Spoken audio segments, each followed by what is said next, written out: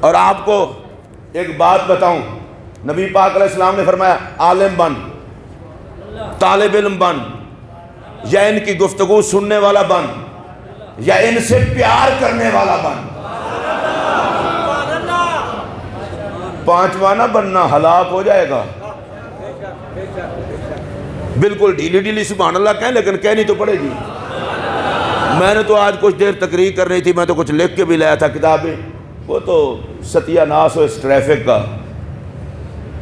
میں تقریباً کو 20 منٹ یتیم خانے میں پھنسا رہنے کے بعد پچھلی گلیوں سے آیا ہوں۔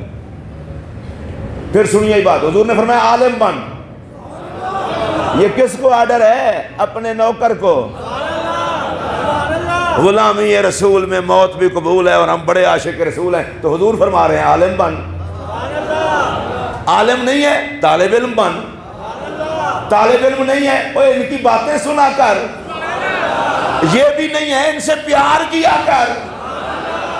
یا رسول اللہ پھر فرمایا پانچواں نہ بننا، خبردار ایسا نہ ہو کہ تجھے عالم اچھے نہ لگے، ایسا نہ ہو کہ تجھے طالب علم اچھے نہ لگے، ایسا نہ ہو کہ تجھے دینی مدرسے اچھے نہ لگے، ایسا نہ ہو کہ تجھے مدارس کا ماحول اچھا نہ لگے، وہ ان کا قرآن و سنت پڑھنا، ان کے پھٹے پرانے کپڑوں کو نہ دیکھنا، اور یہ دیکھ پیغمبر والا کام ہے قرآن پڑھنا پڑھانا،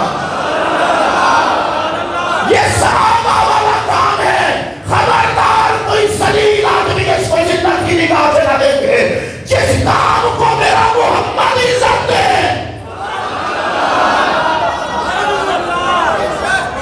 علماء سے پیار کرنا، طلباء سے چلو میں کڑا کو تو پھڑوان لگا، سب تو کمزور مخلوق ہی مولوی ہے، مولوی تو کمزور بندہ کوئی ہے ہی نہیں۔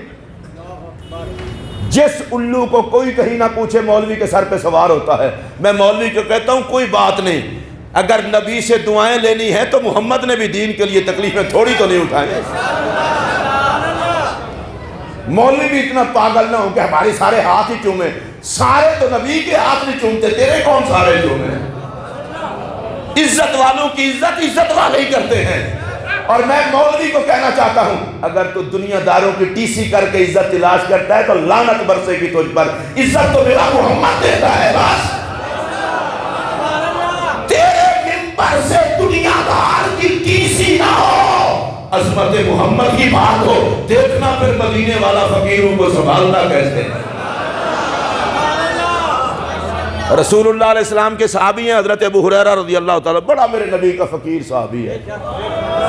ایک دن تو میرے نبی کی بارگاہ میں بڑے پریشان ہو کے عرض کی تھی، یا رسول اللہ آپ کی محفل میں سنتا رہتا ہوں، یاد کچھ بھی نہیں رہتا، میں نہ تجارت کرتا ہوں نہ بازار میں جاتا ہوں، کچھ بھی نہیں کرتا، یاد مجھے رہتا ہی کچھ نہیں۔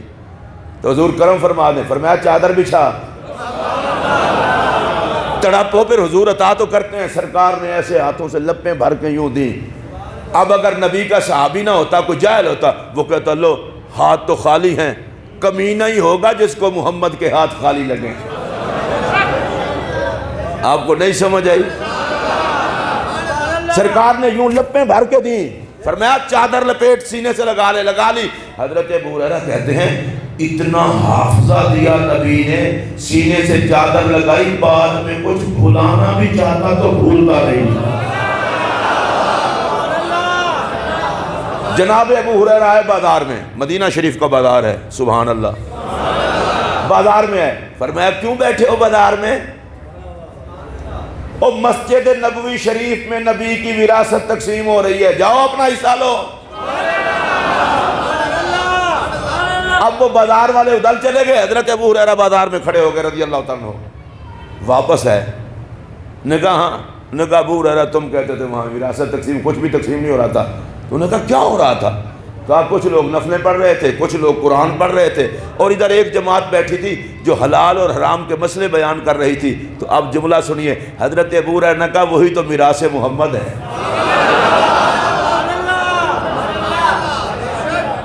سبحان اللہ کہیے اونچی آواز سے۔ یہ میں پہلے بھی بتا چکا ہوں، آج پھر بتا رہا ہوں تاکہ علم کی فضیلت کا آپ کو پتہ چلے۔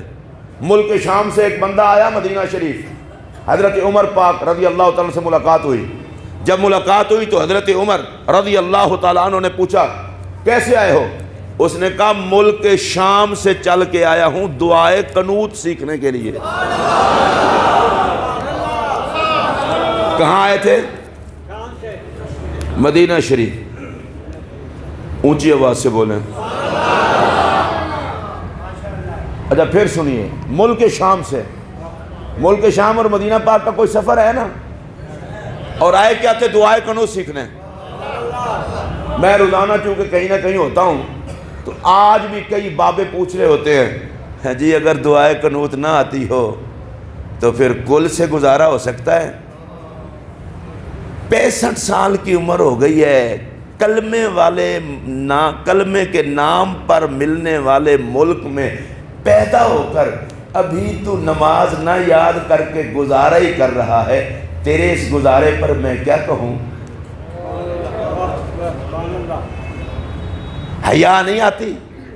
وہ کافروں کا ملک تو نہیں ہے، وہ ملک شام سے چل کر بندہ ہے۔ اب حضرت عمر پاک کی بات سنیے، حضرت عمر کی خوشی سے آنکھوں میں آنسو آ گئے اور فرمانے لگے میں گواہی دیتا ہوں تجھے جہنم کی آگ ہاتھ نہیں لگائے گی، چھوئے گی نہیں، اس لیے کہ تجھے محمد کے دین کا اتنا پیار ہے، شام سے مدینے قنوت سیکھنے آ گیا ہے۔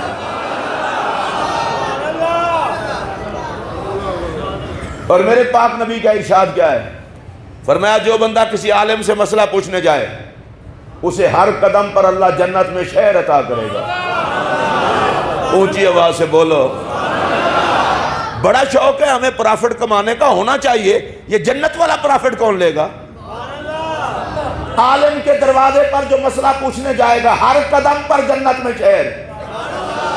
بھائی جان یہ حکومت کا بورڈ لگا ہوا نہیں ہے، یہ میرے محمد کا عطا کردہ لنگر ہے۔ اب اگر آپ کو یہ بات اچھی لگے نہ لگے، میں تو حضور کے فرمان کو سنا رہا ہوں، اس کا مطلب یہ ہے میرے آقا چاہتے یہ ہیں میرے عاشقوں کی لائن لگی رہے علماء کے دروازے پر، کوئی سیکھنے جائے اور یہ رہا سے جی مولویوں کے پاس کیا ہے جو تیرے پاس نہیں ہے۔ کائنات کا بدبخت ترین شخص ہے وہ جسے محمد کے دین کے خادموں کا ادب نہیں۔ میرے نبی نے جن کے پاس چل کے جانے سے مسئلہ پوچھنے سے یہ ارشاد فرمایا ہے کہ ایک ایک قدم پر جنت کے باغ ملیں گے۔ اتنی فکر نہ کرنا، اگر ان کی طرف جانے والوں کو رب جنت میں شہر دے گا تو ان کو بھی کوئی جگہ دے ہی دے گا۔ شیطان زبان پر ہوتا ہے تو بکواس کر رہے ہوتے ہیں، مولوی بخشے گئے تو ایسے بھی بخشے جائیں گے۔ واہ واہ شیطان کے چیلے، پہلا حملہ دین محمد کے خادموں پر کر۔ اور نبی پاک علیہ السلام نے پتہ کیا ارشاد فرمایا؟ فرمایا قیامت، حدیث پاک میں ہے اور بڑی بڑیاں کتابیں، قیامت کا دن ہوگا، اللہ جب مخلوق کا فیصلہ فرمائے گا تو اللہ مولویوں کو، علماء کو، مولوی سے مراد یہ اس لفظ مولوی نہیں جو اہل علم ہے، اہل علم کو فرمائے گا تمہیں پتہ ہے میں نے تم میں علم کیوں رکھا تھا؟ یا اللہ تو بہتر جانتا ہے کیوں رکھا تھا؟ فرمایا تمہیں ذلیل کرنا ہوتا تو میں تمہارے سینے میں علم ہی نہ رکھتا، جاؤ اس دولت کی وجہ سے تمہیں جنت ہی کر دی۔ سبحان اللہ، اونچی آواز سے۔ آج ہمیں کچھ نہ کچھ دین کی طرف آنا پڑے گا۔ ہم بڑے اس چکر میں پڑے ہوئے ہیں جی ہم نے یہ کر دیا وہ کر دیا، ایک بچے کو جناب یہ بنا دیا، ایک کو وہ بنا دیا۔ کوئی ایک بچہ ایسا بھی تیرے گھر میں ہونا چاہیے جو تجھے حلال حرام ہی بتا سکے۔